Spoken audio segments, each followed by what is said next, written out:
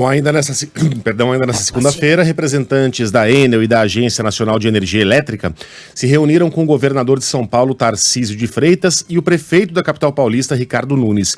E mais uma vez a companhia voltou a justificar, ou mais uma vez a companhia disse que o temporal na região metropolitana foi inédito. Lucas Belotti. A expectativa da Enel é de que essa normalização do serviço seja realizada ainda hoje para essas 300 mil pessoas, 300 mil residências que seguem sem fornecimento de energia elétrica em São Paulo e na região metropolitana. Como você disse, ontem uma reunião importante com a presença do governador de São Paulo, do estado, o Tarcísio de Freitas, prefeito Ricardo Nunes e representantes das concessionárias. Além disso, o diretor-geral da Agência Nacional de Energia Elétrica, o Sandoval Feitosa, também participou desse encontro, que terminou sem anúncios práticos para a população, mas com algumas discussões importantes sobre medidas que poderão ser tomadas a partir de agora para evitar que eventos desse porte e dessa gravidade voltem a acontecer. Além de normalizar o sistema, essas distribuidoras agora deverão estruturar planos de contingência exatamente para esses eventos futuros. Tarcísio de Freitas prometeu trabalhar junto com as prefeituras para elaborar um plano conjunto de manejo das árvores, algo que ele ressaltou como muito importante para evitar casos como esse. Segundo o governador aqui do estado de São Paulo, a ideia é reunir alguns bons exemplos de outros lugares do Brasil e do mundo e enviar um projeto sobre esse tema específico para a Assembleia Legislativa do estado. O grande vilão desse episódio foi a questão arbórea, foi a questão da quantidade de árvores que, por falta de manejo adequado, acabaram caindo sobre a rede. Então, a gente precisa de um plano conjunto de manuseio arbóreo. Vamos pegar o benchmark de alguns estados que aprovaram legislação que ajudam, o Paraná é um caso, que ajuda, por exemplo, os prefeitos nesse manejo arbóreo. Então, o plano de manejo arbóreo é uma solução, talvez, das mais baratas, né, é efetiva e é uma coisa que a gente pode fazer imediatamente. Então, nós vamos estudar também a possibilidade de mandar um projeto de lei para a Assembleia, para facilitar o esforço das prefeituras, para fazer esse manejo arbóreo, para adequar essas árvores, para que a gente não tenha interrupção de serviço, não tenha realmente a repetição daquilo que ocorreu. Bom, ainda nessa discussão para tentar evitar novos casos como esse futuramente, o enterramento da fiação elétrica também é colocado por especialistas como uma das soluções para poder evitar essa perda de energia em massa nas grandes cidades. No entanto, os projetos aqui em São Paulo não estão avançando. Por exemplo, só 7% dos fios hoje na capital estão debaixo da terra. O alto custo desse tipo de projeto é apontado como uma das principais dificuldades. Outro entrave, no caso, é a falta de uma legislação nacional sobre esse caso. O prefeito de São Paulo, aqui, Ricardo Nunes, que participou da reunião, disse que a cidade tem uma lei que obriga essa mudança, mas a justiça tem bloqueado a execução do trabalho. As próprias concessionárias ingressaram com uma ação judicial e eles conseguiram derrubar na justiça essa obrigatoriedade. Diz a justiça que eles são regulados pelo Serviço Federal e que não caberia às concessionárias atender uma legislação municipal. Se não tivesse essa decisão judicial, com certeza a gente já estaria avançando nessa questão, porque a gente tem aqui uma lei municipal. Bom, o Ricardo Nunes ontem, nessa entrevista coletiva, provocou bastante polêmica ao propor o aterramento de fios financiado por uma contribuição voluntária dos bairros de São Paulo. Explica pra gente como funcionaria isso, Lucas. Primeiro ele fala em taxa voluntária, né? Depois ele é corrigido ali por alguns assessores do momento da fala e vem tratar de contribuição voluntária. Inclusive, o prefeito utilizou as redes sociais depois. Ele é corrigido porque usou a palavra taxa. Isso, ele fala taxa voluntária. Contribuição. Contribuição. E ele esquece. Como tá a cara na conversa? Bom dia, Kalinha. Bom dia, Megali, Sheila, Lucas. E aí, gente? Bom dia, Antônio Fagundes. Que ontem nos proporcionou, né? Momento único, hein? Momento Chegaremos Depois lá. A gente fala sobre isso. Por falar em fio, né? Vai. O prefeito, em o primeiro momento, ele esquece ali, ele fala, tem um nome. Nosso, falar em enterramento de Por fio. falar em sono nosso. Falar em tomar no... Vamos lá. O que é isso? Vamos manter aqui. O prefeito, ele esquece o nome, ele ainda cita assim, tem um nome específico para isso, aí ele se perde, taxa voluntária. Aí vem um assessor no ouvido dele, aí ele, não, desculpa, contribuição voluntária.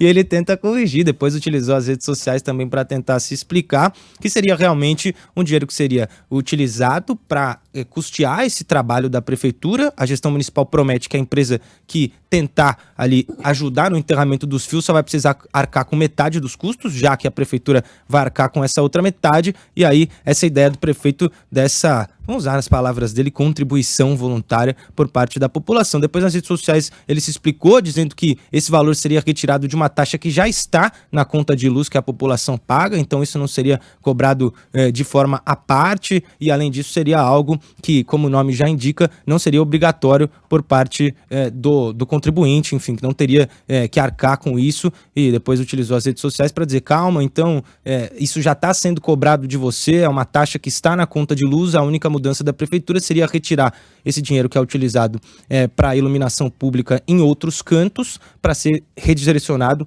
em um primeiro momento para esse enterramento de fios. Prefeito que conta também com algumas empresas para ajudar. Ele promete, repito, que a prefeitura vai arcar com metade desse serviço que ele considera como prioridade no processo de reconstrução aí para evitar novas tragédias, né? A gente trouxe o governador falando sobre a questão arbórea da cidade e o prefeito tratando sobre esse soterramento de fios. São duas das grandes propostas que saíram dessa reunião que a gente está discutindo. O Lucas, o prefeito mais confundiu do que explicou. Porque esse negócio, não, o dinheiro já existe, a prefeitura vai fazer, coisa e tal. Ele não disse nada disso na coletiva. O que ele falou, olha aqui, ipsis literis, foi o seguinte. Pega um quarteirão qualquer e fala, eu tenho essa opção. Você deseja aderir? Se houver uma grande maioria, uma parte a prefeitura entra, uma parte o munícipe entra. Então ele está sendo muito claro. Vai lá de quarteirão em quarteirão, de microbairro em microbairro e pergunta, vocês desejam aderir? Aí os moradores fariam lá uma assembleia, havendo uma maioria, essa contribuição seria entregue à prefeitura, que entraria com parte da verba e enterraria os fios. Tá, muito bem. À primeira vista parece uma ideia razoável. Ora, haverá uma contribuição voluntária, se eles querem contribuir, por que não? Ah, é? Vamos ver se todos os projetos públicos da cidade e do estado tivessem esse tipo de estratégia de adesão voluntária por parte de moradores, como seria a nossa vida? Segurança pública, por exemplo. A gente tem um problema de segurança pública.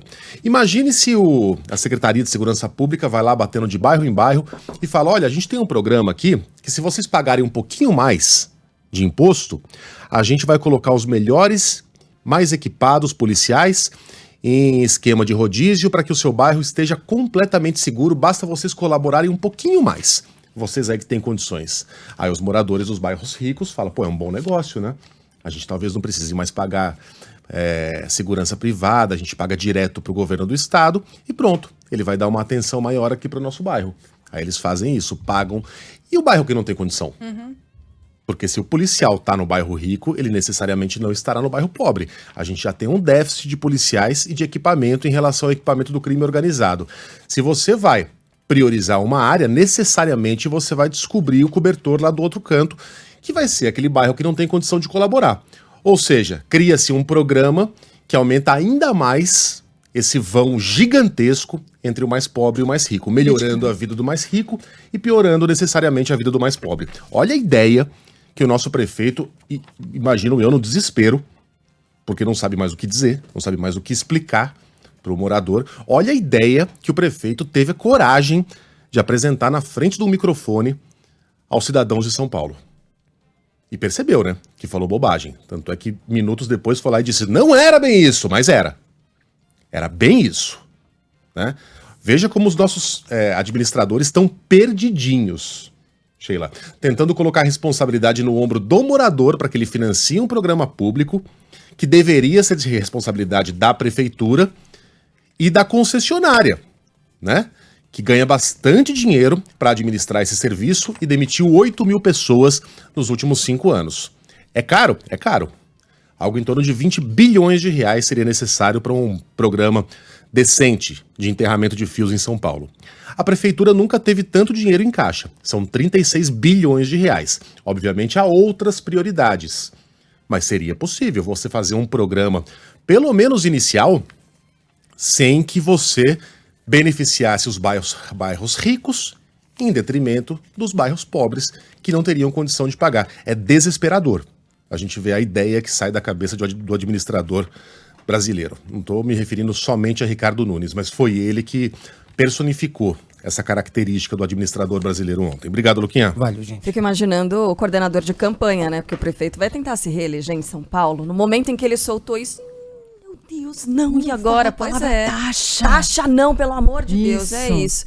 Agora, também machuca a gente ouvir que essa concessionária entrou na justiça e outras também, para não ter que arcar com esse programa de enterramento de fios, porque isso estava lá no momento da concessão, né? Quando a empresa se colocou à disposição, né, do Estado para fazer esse serviço, né, no momento ali de privatização. Antes foi a Eletropaulo, depois foi a Enel, enfim, ela comprou uma empresa que já estava privatizada, mas ela sabia que ela teria essa responsabilidade. É entrar na justiça e dizer, olha, e também, né, porque é um detalhe do detalhe. A prefeitura não tem... A atribuição da prefeitura não é traçar regras sobre isso, sobre quem deve enterrar os fios. Então, não vou fazer. Tá no contrato, mas eu não vou fazer porque eu acho que não é da competência da prefeitura dizer o que eu devo ou não fazer nesse sentido. É triste. Tem ouvinte perguntando, então quer dizer que essa empresa concessionária fica só com os lucros? Basicamente, é o que a gente está vendo. É que ela prioriza o lucro acima de tudo. A gente tá vendo que acontece mesmo, né? Porque os vizinhos da Sheila... Desculpa, Sheila, não ouvi. Chegou a luz na sua casa? 78 horas depois chegou. 78 horas depois. Eu A tava água te acompanhando demorou no um pouco Instagram. mais. A cara da Sheila. Não, já era de desolação, que eu acho que é a cara de muitos ouvintes, né? Quando você já perde a paciência, você não tem mais graça esse negócio, entendeu? Você já perdeu completamente a paciência, perdeu as alternativas que você tinha e tal. É muito duro, gente. E sabe o que eu tava prestando atenção? Ontem o presidente da Enel, Nicola Contunio, acho que é assim que se fala, disse que não é o caso de pedir desculpas à população, porque se tratava de um evento extremo, então não era o caso de pedir desculpas à população. Para além da arrogância, né? Clara arrogância, a incompetência da empresa no gerenciamento da crise. Eu não canso aqui de repetir, porque as mensagens são muitas, dos ouvintes falando sobre a ausência de um contato eficiente com a Enel. As pessoas não conseguem, eles encerraram o serviço de SMS, o WhatsApp não é mais um canal para você fazer esse tipo de protocolo para pedir o restabelecimento da energia. Você tem o portal, tem o aplicativo, você faz lá o protocolo e não tem resposta nenhuma. Quando consegue acessar, estava dando pau ontem, os ouvintes reclamam demais disso. Então, para além do fato de a gente não acompanhar investimentos no enterramento de fios, de não pedir desculpas à população numa situação como essa, de continuar acreditando a eventos adversos, extremos, a gente tem mais essa, de uma companhia que não está nem aí para os seus consumidores. Não está nem aí. Porque tivesse, teria mais canais de comunicação, teria mais possibilidade de ouvir os seus clientes e dar uma resposta mais efetiva, uma previsão um pouco mais clara, explicar, se comunicar. Isso a Enel não soube fazer no gerenciamento dessa crise. Lamento muito que o presidente da empresa venha a público para dizer que não deve desculpas à população, porque se trata de um evento extremo. E aí ontem, o Fábio França, durante o Band News no meio do dia, fez um levantamento de quantas vezes a Enel, desde 2018, falou aqui em eventos extremos, eventos extraordinários. Não houve um único ano, de lá para cá, em que a Enel não tenha usado esse termo para explicar ou justificar uma queda de energia para milhares de consumidores. Ah, mas se tratou de um evento extremo, se tratou de um evento extraordinário. Todo ano tem um evento extraordinário e a empresa vai fazer o quê diante disso? Que tipo de investimento ou planejamento a empresa tem para o próximo evento extraordinário? Porque sim, ele vai existir, ele vai acontecer.